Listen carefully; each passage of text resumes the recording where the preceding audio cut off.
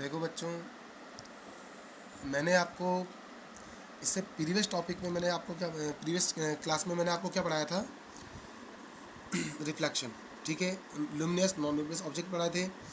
आज मैं आपको बीम ऑफ लाइट पढ़ाऊंगा कि बीम ऑफ लाइट होती क्या है। ठीक है, पढ़ाना नहीं है ये, मतलब एक जस्ट एक क्या है, आपकी डेफिनेशन है। तो बीम ऑफ लाइट क्या होती है? A bundle of light rays is called a beam of light. ठीक है, देखो अगर एक सिंगल रेज है, सिंगल रे है, तो इसको रे बोलते हैं। क्या बोलते हैं? रे। अब इसमें बहुत सारी रे निकल जाती है, तो ये बंडल ऑफ रेज हो गई। That bundle of rays is called beam of light. तो अब हम इसको क्या बोल देते हैं? बीम ऑफ लाइट बोल देते हैं। ठीक है, उसके बाद बच्चों, अब मैं आपको रिफ्लेक्शन को अच्छे से समझने से पहले आपको क्या पता होनी, उसकी टर्म्स पता होनी चाहिए। ठीक है, कि उसकी टर्म्स होती क्या है। तो उसमें क्या होगा, तो reflection of a light from plane mirror surfaces. अब हम पढ़ेंगे reflection of a light from plane surfaces, कि रिफ्लेक्शन ऑफ लाइट हो रही है प्लेन सरफेसेस से। तो आपको इसकी जितनी भी टर्म्स है, सारी टर्म्स आपको पढ़नी पड़ेंगी, आपको समझनी पड़ेगी। ठीक है, तो सबसे पहले देखो, आपने प्लेन मिरर लिया, ये आपका प्लेन मिरर है। ठीक, इसकी ऊपर वाली शाइनी सरफेस है, तो इससे क्या होगा? रिफ्लेक्शन होगा। अब कोई लाइट, जैसे ही कोई लाइट है, ये इस पर फॉल हुई। ठीक, ये लाइट है, ये इस पर क्या हो रही है? फॉल हो रही है। तो जिस पॉइंट पे फॉल होती है, that is called point of incident. इस वाले पॉइंट पे क्या हो रही है? ये फॉल हो रही है, तो that is called point of incident. ठीक है, और जो लाइट फॉल होती है, that is called incident ray. अब देखो, ये वाली रे ए ओ एक रे है, जो किस पे फॉल हो रही है? इस मिरर पे फॉल हो रही है। दैट रे इज कॉल्ड इंसिडेंट रे। ठीक है, उसके बाद इस पॉइंट पे टकराई, that is point of incident. टकरा के वापस गई, यानी वापस गई का मतलब बाउंस बैक हो गई, and bouncing back of a rays is called reflected ray. जो रे वापस चली जाएगी, उसको हम रिफ्लेक्टेड रे बोलेंगे। ठीक है, तो ये हमारी क्या है? रिफ्लेक्टेड रे है। ठीक, जो आई इंसिडेंट, जो गई वो रिफ्लेक्टेड, जिस पे पड़ी वो पॉइंट ऑफ इंसिडेंट। अब अगर कोई रे नॉर्मली नॉर्मली मतलब परपेंडिकुलर फॉल होती है, अगर कोई रे किसी मिरर पे परपेंडिकुलर फॉल होती है, तो दैट इज अ नॉर्मल। वो कौन सी रे होती है? नॉर्मल होती है। ठीक है, उसके बाद देखो, ये रे है, और ये रे इस नॉर्मल के साथ जो एंगल बनाती है, ये रे इंसिडेंट रे नॉर्मल के साथ जो एंगल बनाती है, that angle is called angle of incident. That angle is called angle of incident. कौन सा वाला?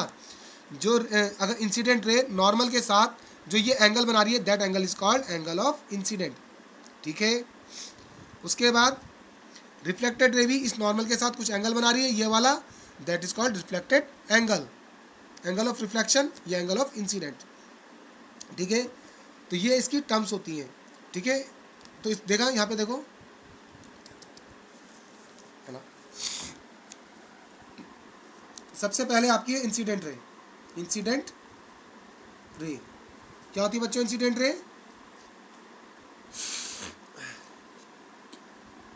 The ray of light, the ray of light fall on fall on the mirror, fall on the mirror surface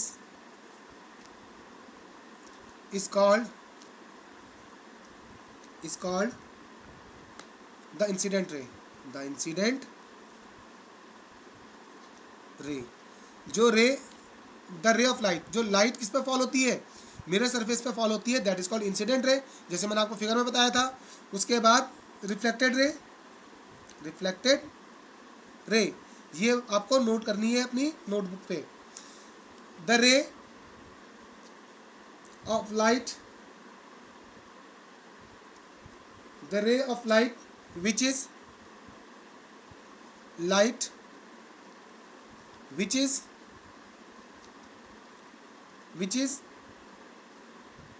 sent back by the mirror, sent back by the mirror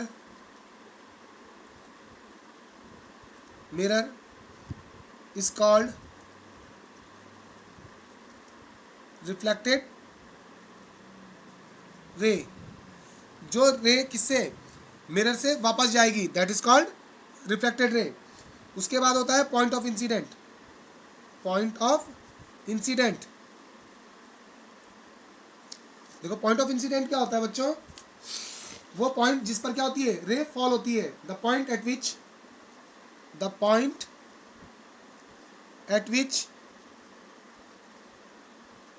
the incident रे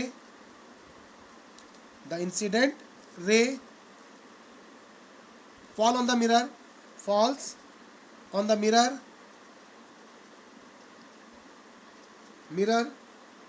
is called point of incident. ठीक है, जिस जगह पे पड़ेगी उस point को बोलेंगे पॉइंट ऑफ इंसिडेंट। देखो बच्चों, अब मैं पढ़ाता हूँ आपको नॉर्मल। नॉर्मल क्या होता है? The normal is a line at right angle to the mirror surface at the point of incidence. जो कोई रे कितने डिग्री पे, बताया था मैंने आपको, 90 डिग्री पे फॉल होती है मिरर पे, दैट इज कॉल्ड नॉर्मल। ठीक है, उसके बाद आता है आपका एंगल ऑफ इंसिडेंस। क्या आता है? Angle of incidence. The angle between incident ray and normal is called angle of incidence. जो नॉर्मल और इंसिडेंट रे के बीच का जो एंगल होता है that is called angle of incidence. ठीक है, उसके बाद है आपका angle of reflection. Angle of reflection, तो एंगल ऑफ रिफ्लेक्शन क्या होता है? The angle between reflected ray and normal. अब देखो, वहाँ था angle of incident and normal, यहाँ होता है एंगल ऑफ रिफ्लेक्टेड रे और नॉर्मल। उन दोनों के बीच का जो एंगल होता है उसे क्या बोलते हैं हम? एंगल ऑफ रिफ्लेक्शन बोल देते हैं। ठीक है, देखो बच्चों, अब हम पढ़ेंगे लॉज ऑफ रिफ्लेक्शन। तो रिफ्लेक्शन के लॉज क्या होते हैं? तो पहला लॉ है the incident ray, reflected ray and normal all lie in the same plane. क्या है लॉ? पहला लॉ होता है the incident ray, reflected ray and normal all lie in the same plane. ये इंपॉर्टेंट है बच्चों, पेपर में बहुत आता है। ठीक है, the incident ray, reflected ray and normal all lie in the same plane. देखो फिगर में, इसको फिगर के जैसे समझो। क्या होता है? ये कोई आपका फिगर है रिफ्लेक्शन का। ठीक है, तो इंसिडेंट रे, रिफ्लेक्टेड रे और नॉर्मल, ये सारे क्या होंगे? एक ही प्लेन में होंगे। ठीक है, अगर इसकी दूसरी डेफिनेशन भी बन जाती है, देखो, incident ray, reflected ray and point of incident all line of same plane, ये वाली डेफिनेशन भी होती है। ठीक है, इसका जो सेकंड जो इसका वो है लॉ है, सेकंड लॉ जो होता है, देखो सेकंड लॉ में क्या है आपका? ठीक है,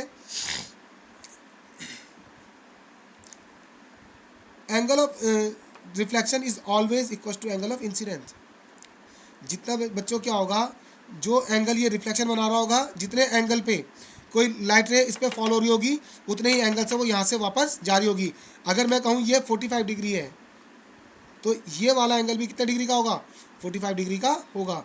तो angle of reflection is always equal to angle of incident. जितने का वो एंगल ऑफ रिफ्लेक्शन इंसिडेंट होगा, उतने ही का ही एंगल ऑफ रिफ्लेक्शन भी होगा। तो सेकंड लॉ यही है, the angle of reflection is always equal to the angle of incidents, यानी कि angle I equal to angle are.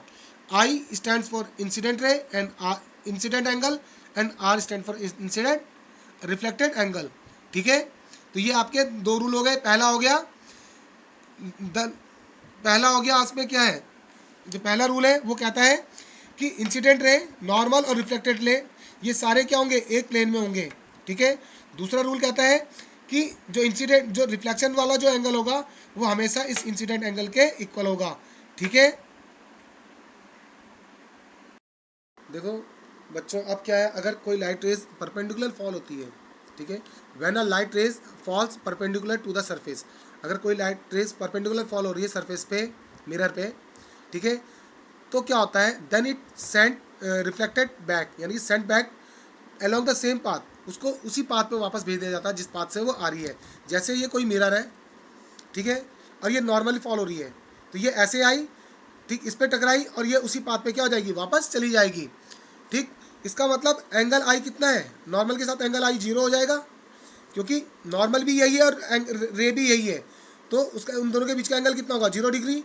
इसका मतलब एंगल ऑफ रिफ्लेक्शन भी कितना होना चाहिए? 0 डिग्री। तो जिस पाथ से वो आएगी उसी पाथ से वो वापस चली जाएगी। ठीक है, तो लाइट रेज जब किसी मिरर पे परपेंडिकुलर फॉल होती है, तो वो उस सेम पाथ से क्या होती है, वापस चली जाती है। ठीक है, अब जो हमारा जो टॉपिक है वो है रेगुलर रिफ्लेक्शन। तो what is regular reflection? Regular reflection का मतलब क्या होता है बच्चों? A parallel beam of incident light is reflected as a parallel beam. अगर कोई लाइट, देखो आपके पास कोई सरफेस है, ठीक है, इस सरफेस पे लाइट रेज फॉल हुई, पैरेलल फॉल हुई, और रिफ्लेक्शन के बाद वो क्या गई, पैरेलल ही गई। ठीक है, लाइट रेज पैरेलल फॉल हुई थी और पैरेलल ही क्या हुई, वापस चली गई। तो उस रिफ्लेक्शन को हम क्या बोलते हैं, रेगुलर रिफ्लेक्शन बोलते हैं। ठीक है, a parallel beam of light, incident light, a parallel beam of incident light is reflected as a parallel, parallel आई और पैरेलल ही गई। किस डायरेक्शन में, एक ही डायरेक्शन में, एक ही डायरेक्शन से आई थी और एक ही डायरेक्शन में वापस चली गई। ठीक है, एक ही डायरेक्शन में जाएगी, तो उस रिफ्लेक्शन को हम क्या बोलेंगे, रेगुलर रिफ्लेक्शन। और रेगुलर रिफ्लेक्शन हमेशा कहाँ पर होता है, स्मूथ सरफेस पे। किस पे होता है, स्मूथ सरफेस पे।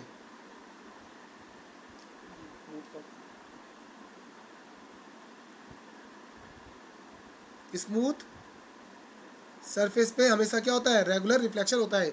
या शाइनी सरफेस पे, जैसे कोई मिरर हो गया, तो मिरर पे क्या होगा, जो जितनी रेज आती है उतनी रेज वापस चली जाती है। तो जितने एंगल से पैरेलल, उसमें पैरेलल फॉल होती है और पैरेलल ही वापस चली जाती है। तो वो रिफ्लेक्शन कैसा होता है, रेगुलर रिफ्लेक्शन होता है। ठीक है, उसके बाद आता है आपका डिफ्यूज रिफ्लेक्शन। क्या आता है, डिफ्यूज रिफ्लेक्शन। तो डिफ्यूज रिफ्लेक्शन क्या होता है, a parallel beam of incident light. जो पैरेलल बीम होती है इंसिडेंट लाइट की, वो क्या होती है, आती तो पैरेलल है लेकिन जाती पैरेलल नहीं है, वो अलग अलग डायरेक्शन में, डिफरेंट डिफरेंट डायरेक्शन में चली जाती है। तो that reflection is called diffuse reflection. देखो इसमें कैसे होता है, आपके पास कोई सरफेस है, ठीक है, अब एक रेज ये वाली और ये वाली आपस में पैरेलल आई, ठीक है, लेकिन ये सरफेस कैसी थी, रफ थी।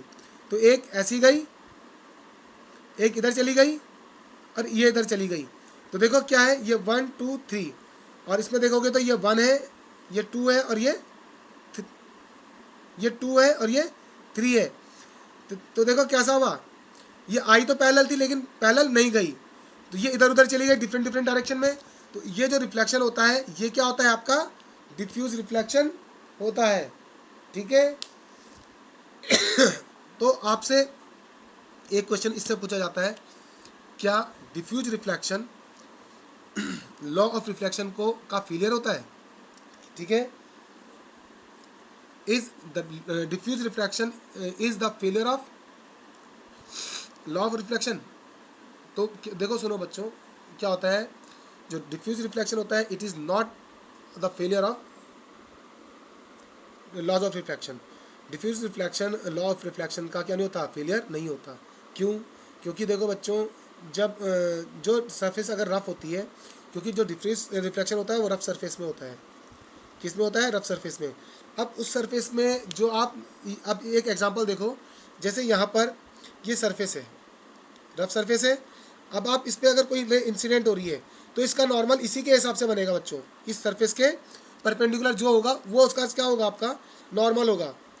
ठीक है, वो उसी एंगल से जाएगी। तो इसमें भी एंगल आई और एंगल आर क्या होंगे, आपस में इक्वल होंगे। तो अब ये झुकी भी रहेगी तो उसका परपेंडिकुलर वैसे ही रहेगा, अगर सीधी रहेगी तो वैसा रहेगा। इसीलिए ये लॉ ऑफ रिफ्लेक्शन को क्या नहीं करता, फेल नहीं करता, ये उसको ओबे करता है।